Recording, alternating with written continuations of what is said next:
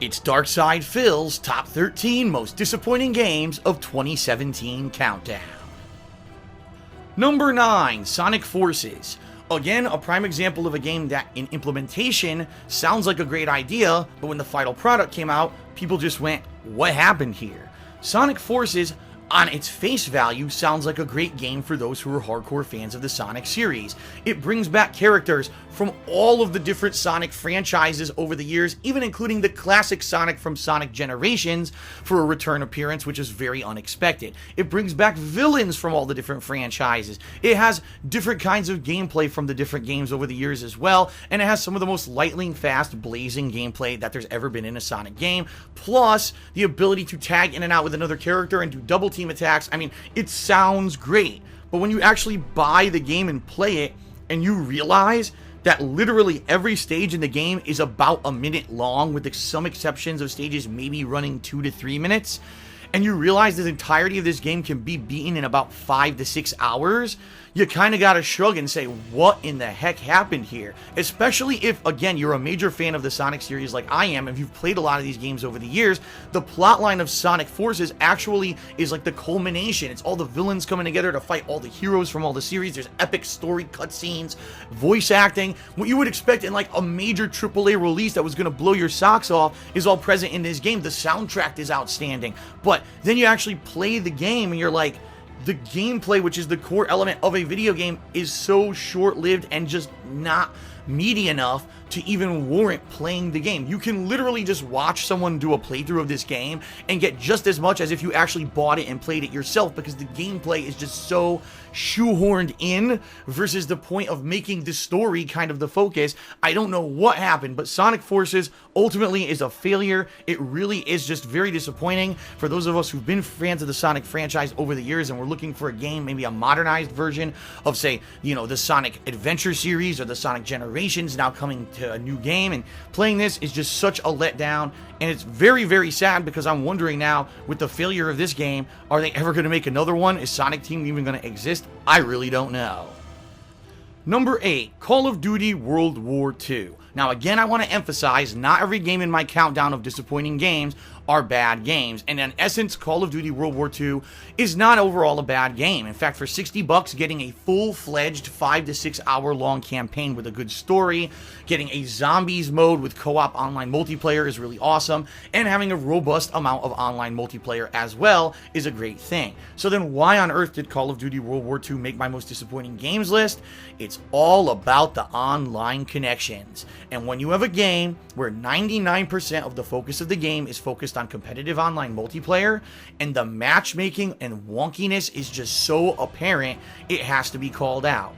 I really like Call of Duty World War II until I get into a match when someone appears in front of me, I fire my gun, 3 to 4 bullets enter their body, then I instantly die without ever seeing the opponent fire a bullet. Then when it goes to their kill cam, it shows them getting the drop on me, hitting me 3 to 4 times, and my never firing a bullet. If ever there was a game in the Call of Duty franchise where this is apparent, it's Call of Duty World War II, and it's really sad because if this game had better online connections and better server performance, it would probably be one of the best Call of Duty games ever made. But I said this a million times while playing this game online, if only Activision had given the license for this game to one of the other 2 Call of Duty developers, either in Infinity Ward or in Treyarch, but instead they give it to Sledgehammer. And I'm sorry, Sledgehammer does not do a good job with the online of their games. They flubbed this one. Everyone across the internet agrees that the online performance of this game is what kills it. Sadly, it could have been the comeback for the series, and in my opinion, it's a major misstep, only because every time you play the game online, you end up being more frustrated than anything else.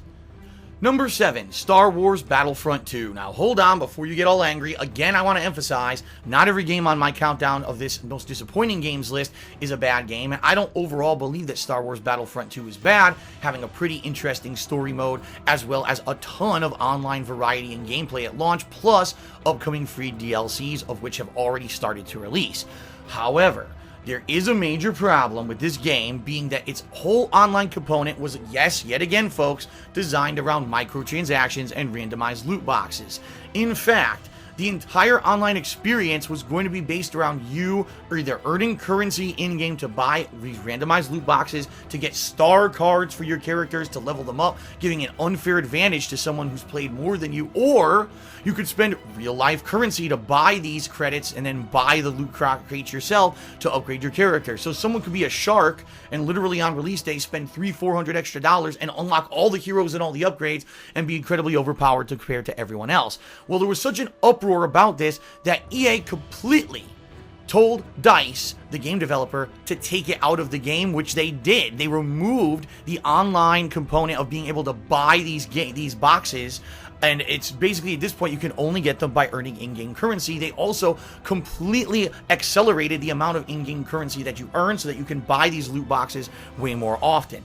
The problem is the damage was already done. Tons of people created a negative PR campaign against EA and DICE saying everyone should boycott Star Wars Battlefront 2 because this game uses microtransactions. In addition, even the final version of the game, which doesn't have the currency transactions anymore, still is bogged down by those microtransactions. You're like, man, why can't I just get what I want for my character by playing the character? Now, there's also another component of the game that really annoys me that a lot of people don't bring up. The fact that they changed the way that you can play as the hero and villain characters.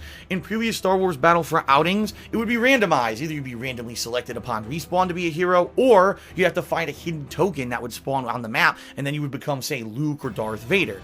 In this game, you have to basically get a ton of kills and or a ton of points through doing different kinds of things, like getting kill streaks or flying around in one of the X-Wings or Y-Wings and destroying a bunch of AI-controlled opponents.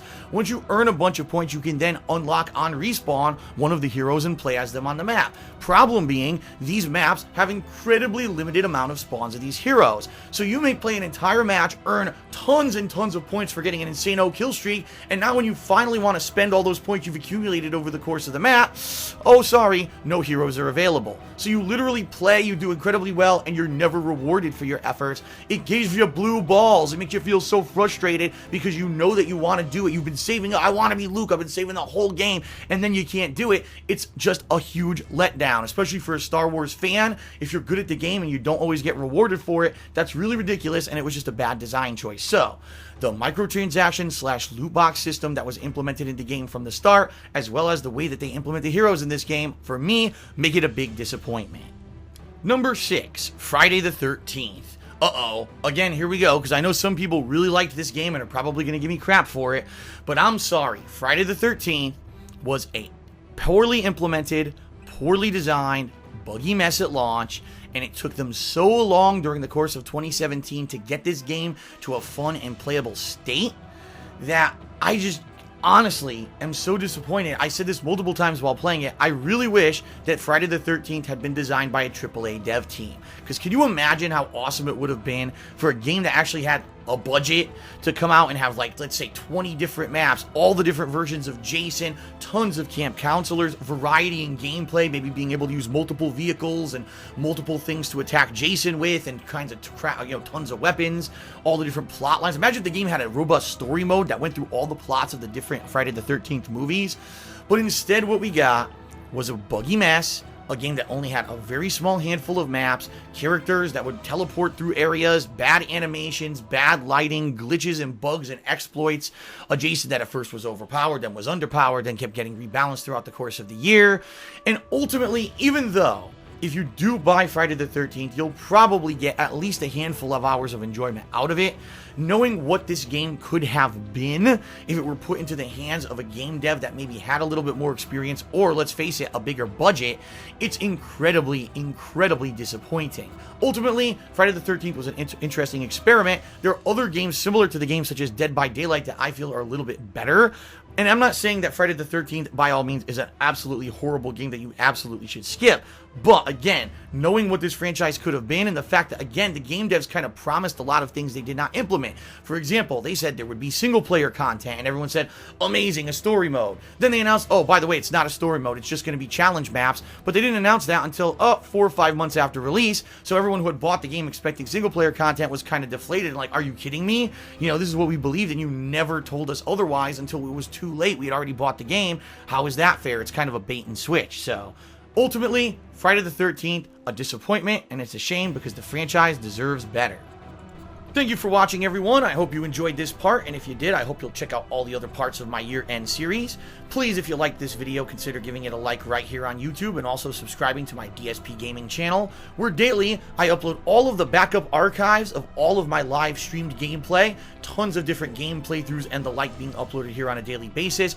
Or if you prefer and you want to be part of the interactive live streaming experience, head over to my Twitch channel at twitch.tv/DarksidePhil. It's been experiencing exponential growth in the last year, and I'm looking forward to more live streaming in the future. Thank you guys very much for watching, and I'll see you next time.